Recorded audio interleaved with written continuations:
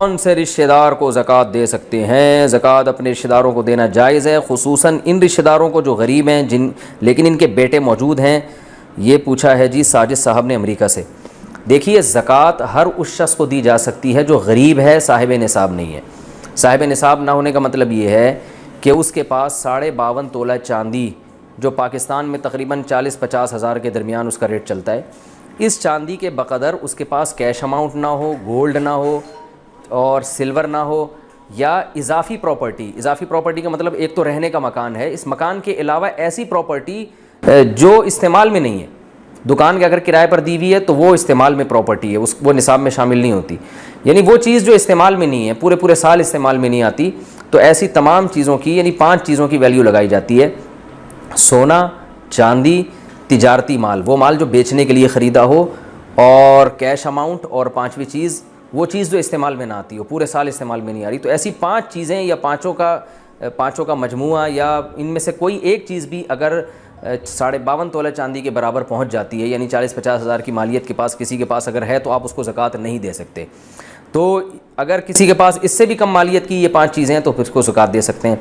लोगों को ये बात समझ में नहीं आती, तो मैं आसान करके यूँ समझाता हूँ।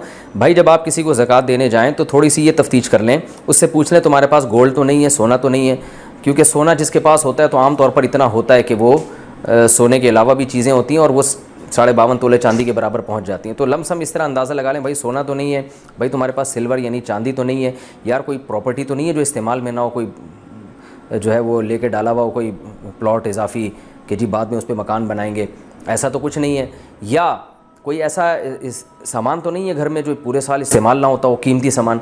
ये वाला सवाल पूछने की ज़रूरत भी नहीं है, क्योंकि आमतौर पर ऐसा होता नहीं है कि कोई ऐसा सामान जो पूरे साल इस्तेमाल ही ना होता और उसकी कीमत भी इतनी अच्छी हो। तो ये 3-4 चीज़ें बहरहाल पूछें, सोने का, चांदी का, भाई कैश अमाउंट कितना है बैंक में, ऐसा तो नहीं 50-60 हज़ार रुपये तुम्हारे पास पड़े हुए हैं। तो ऐसे लमसम चंद सवालात पूछ के अंदाज़ा लगा लें। अगर लगता है कि ये गरीब है तो उसको दे दें आप पैसे, फिर अदा हो जाएगी, बेशक वो बाद में गरीब ना भी हो, क्योंकि आपके बस में जो था वो आपने कर लिया। इससे ज़्यादा इंसान तहकीक कर नहीं सकता। थोड़ा सा हालात का अंदाज़ा भी लगा लें कि सच बोल रहा है, झूठ बोल रहा है, तो जो जितना ज़्यादा गरीब होगा उसको ज़कात देने का उतना ही सवाब होगा, चाहे उसके बच्चे जवान हो या ना हो, इससे फ़र्क नहीं पड़ता। औरत बेवा हो या शादीशुदा हो, इससे फ़र्क नहीं पड़ता। बाज़ लोग कहते हैं वो बेवा औरत है उसको ज़कात देनी चाहिए। भाई बेवा है लेकिन उसके बैरिया टाउन में प्लॉट हैं, हो सकता है उसके शौहर ने विरासत इतनी छोड़ी हो कि वो मालदार हो गई हो, तो मालदारी पर है ज़कात का मदार। बेवा या कमारे होने पर या मैरिड होने पर या बच्चे जवान हैं या नहीं है, इस पर मदार नहीं है। बच्चे छोटे छोटे हैं मगर प्रॉपर्टी आपके पास बहुत है तो ज़कात नहीं दे सकते। बच्चे बड़े बड़े हैं मगर गरीब हैं आप, तो फिर ज़कात दे सकते हैं।